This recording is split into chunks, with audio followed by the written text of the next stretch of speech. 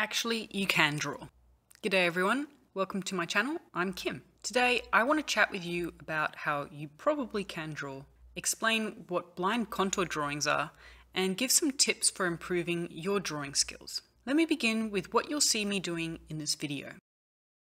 Bones are the second prompt of my 31 ideas to try nature journaling challenge that you can find linked in the description below. I'm drawing them without looking at my hand or the page for the most part in what's known as a blind contour drawing. So that's when you follow an object's outline with your eyes and draw it on the paper without looking at your drawing or lifting the pen from the page. I will explain in more detail later why this is such a great exercise to try, and I've linked in the description a guide for how to do blind and modified contour drawings. Drawing is not something we are born or gifted with. It's not an innate talent. A toddler can't draw a realistic portrait, but someone who's never drawn in their life before can pick up a pen and learn to draw and eventually become a master with enough experience. So in other words, drawing is actually a skill that we can practice to get better at. Now everyone starts from the beginning and we are all just at different points on the journey, novices at one end and experts at the other. With experience, as in lots and lots of drawing, or pencil miles as we call it in the nature journaling community, you will see improvements in the quality of your drawing. So it's not fair to compare yourself, if you're just starting out, to someone who's been doing it for years. We each have our own journeys or learning curves as well, so really the only fair comparison to see if you've improved is to look at your own past work. It may not feel like much is improving from day to day, but over time, you will see the jumps in progress as you become better at recognizing and accurately capturing the shapes of objects in your drawings. Some things will be easier than others, and of course this is different for everyone as well. As beginners, it's also a normal and necessary part of the learning process to make mistakes when you're learning how to draw. It's unrealistic to expect to be able to produce a magnificent piece of art if you've done no preparation for it. So what can you do? Focus on quantity over quality, make lots of drawings, let mistakes happen but learn from them, and you will see improvements in your drawing skills. So let's talk about some exercises you can do to improve your drawing. Obviously, one of the ones you can do is what I'm doing here, the blind contour drawing. So why are they such a great exercise? Well, they let you make mistakes in a fun way. You can't expect to make an amazing piece of artwork when you can't see what you're doing. But you are training your hand-eye coordination. I recommend trying them as a warm-up. And you can also try something called a modified contour drawing, where you're allowed to peek at your page but still can't lift the pen. Blind contour drawings also help you see like artists do. What I mean is that artists can capture objects as they actually are, not as how our brains think they should look. For example, to draw an eye, most people would draw an oval with a circle in the middle and another smaller circle within that for the pupil.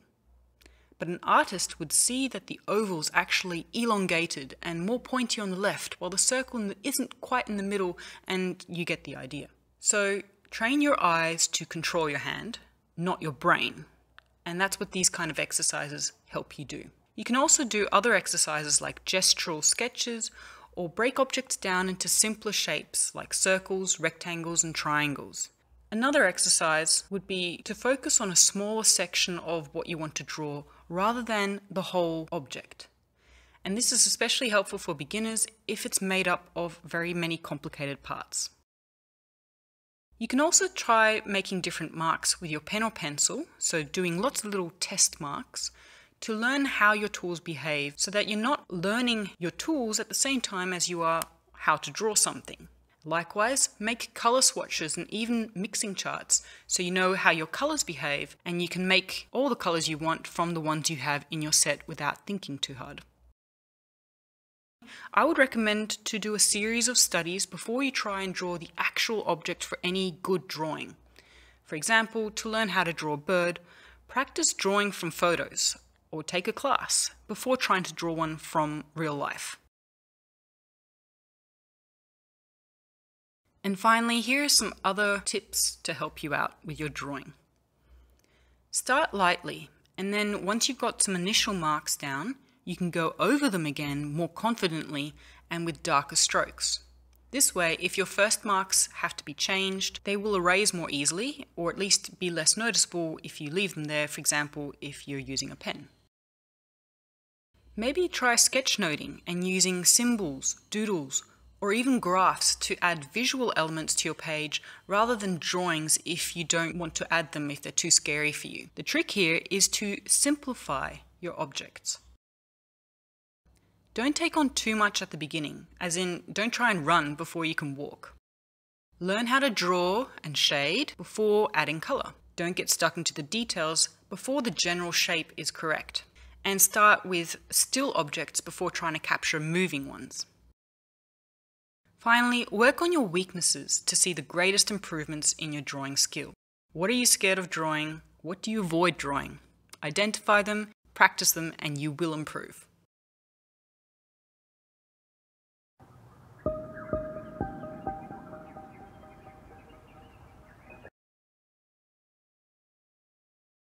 Thanks everyone for watching. I hope this has given you the confidence to keep drawing. Give the blind contours a go, or try one of the prompts from the Try Nature Journaling Challenge, and share your work with me by tagging Kim's Art Adventures on Instagram.